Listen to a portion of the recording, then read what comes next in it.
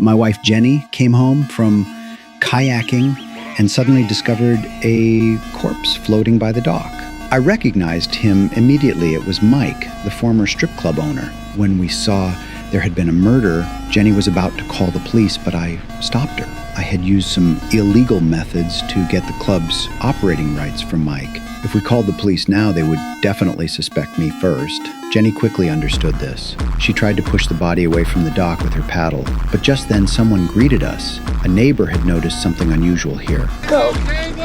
Since we'd been discovered, I had no choice but to call the police. When the police arrived at the scene, they immediately suspected me, just as I'd expected. I could only explain that my business deal with Mike was a legitimate transaction. The police didn't believe me, but since they had no evidence, they just told me to bring the transaction contract to the station as soon as possible. But there was more trouble ahead. On my way to the vacation house, an old man suddenly stopped me. He was Mike's boss. Behind the scenes, I didn't know him. The old man got straight to the point. He said he and Mike had done business together before, and both had profited handsomely. Now he wanted to continue working with me. I rejected him without a second thought. In my mind, nothing was more important than laundering money for drug dealers. No one could match the fear that drug dealers brought in. However, the troublesome events weren't over yet. My daily routine involved having Jenny transfer the laundered cash to the drug dealers' accounts. Walking on a knife's edge, my wife and I had always maintained a low-key, modest lifestyle.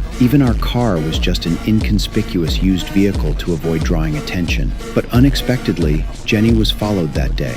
After all these incidents happened in succession, I finally understood. The boss behind the scenes must have killed Mike and dumped the body at my dock. This was a warning to me. I felt a growing unease. I found my partner Anna and tried to get information about John, the boss behind the scenes.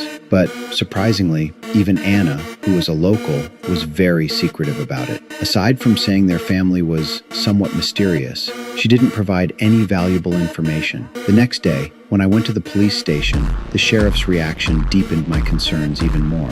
I presented the legitimate contract for purchasing the club to prove I had no motive for murder, but the sheriff barely glanced at it before handing it back to me. The case was already closed. Mike had died accidentally from a drug overdose. It had nothing to do with us. Even Jenny noticed something was wrong.